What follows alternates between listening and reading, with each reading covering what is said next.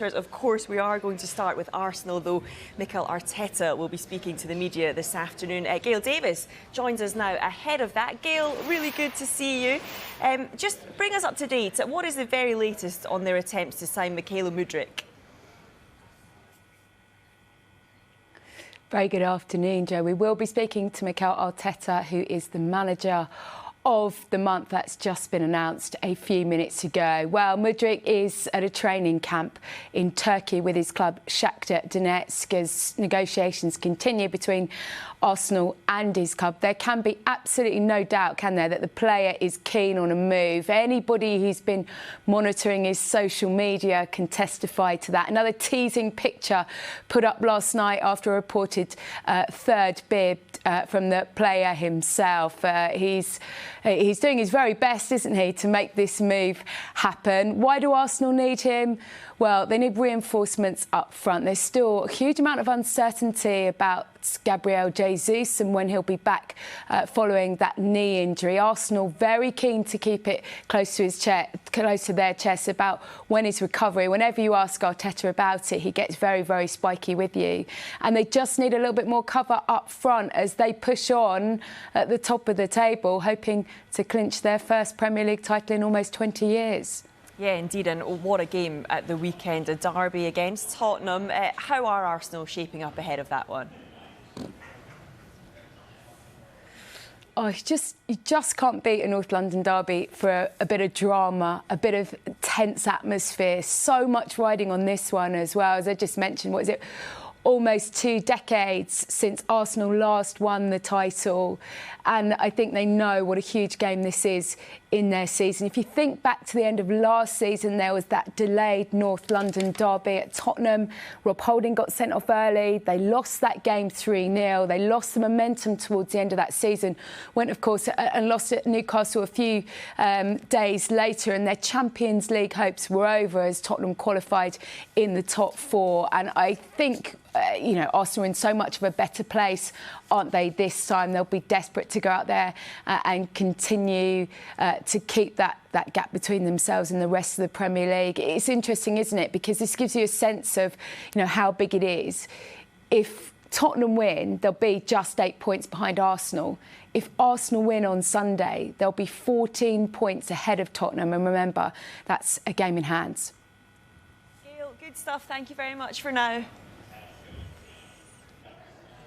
Yeah, so lots to talk about. Big game for Arsenal, of course, this weekend. As Gail said, as I said, welcome along to you guys here. Welcome along to you guys watching along on TikTok as well as on the Sky Sports News YouTube channel. Lovely to have your company this lunchtime. Let's start with Mudryk, because Gail obviously talking about this deal potentially moving closer. It looks like the player himself really wants this move. James, just tell us, what kind of player would Arsenal be getting, though? Well, firstly, he's one of the most exciting young players in European football, and Roberto De Zerbi, who managed him at Shakhtar Donetsk, now the Brighton manager, of course, says he's a potential Ballon d'Or winner. So that's the sort of calibre of player we're talking about. He's a player with immense pace, brilliant acceleration as well. He loves taking players on, which I think Arsenal fans will love to see. They have that already, I guess, in Martinelli and Saka. But this is somebody who, I guess, brings back memories slightly of Iron Robben, the way a mirror of Iron Robben, because he plays on the left-hand side. He wants to cut in on his right-hand side. He can challenge players on both sides of the pitch. He adds width to the pitch, makes the pitch bigger. I think when Arsenal are looking at the options they have in that area at the moment, yes, they've got a brilliant starting 11. But I think when you look at the squad they've got, the bench they have in recent matches especially, they are lacking a bit of depth. It's brilliant news that Emil Smith-Rowe is back. He's not featured since the start of September. But Mudryk could be a player, if he fits in quickly, that has a real impact and helps them maintain their title challenge. Yeah, and I mean, a young guy, the name Mudryk, it's not one that a lot of us had heard of. He's kind of had this amazing rise, hasn't he? And lots of clubs, actually, he's been on their radar. In terms of Arsenal, Flexo, do you think it's a good fit for both Arsenal and him? Absolutely. You listen to the type of profile of player that James just described there. That is right up Mikel Arteta's street. You look at how he's reshaped that Arsenal squad with young, vibrant players ready to take the next step in their careers and become big players. Look at the development of Martinelli. Look at what he's done with Bukayo Saka. Look what he's done with Ben White. Look what he's doing with Gabriel. Look at William Saliba. The list goes on. So to have somebody like him who's so explosive and so blisteringly quick, in their front line to add that potency is massive. And just away from the player, though, but on an Arsenal thing, they need to look at this transfer window in reflection and be like, this isn't the one that got away. You know, they're in a fantastic position to not only challenge for the league, to win the league.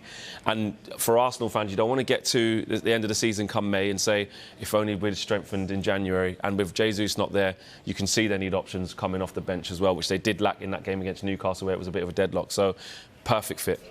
Yeah, and I mean, we did actually hear from Gail there about a little tease on social media, kind of hinting that this one perhaps is moving closer. Harriet, just explain a little bit more. What was that all about? Well, it's not the first time he's dropped a few hints on social media. We've seen that he's been watching Arsenal games. We've seen that he's really pushing for that move on social media. And then last night there was a post put up. You know, when you watch compilation videos as a fan, you're linked with the player and you're thinking, well, I'll see that some of their best moments. It appeared he was watching one of those, but maybe about himself. And there was a red shirt featured. Was it an Arsenal shirt? Wasn't it? We're not so sure, but definitely that. And then a prayer emoji as well, as more rumours started to surface about the deal getting ever closer. So another social media hint from his behalf. I don't think it'll be the last one. Yeah, we love all these little hints and teases.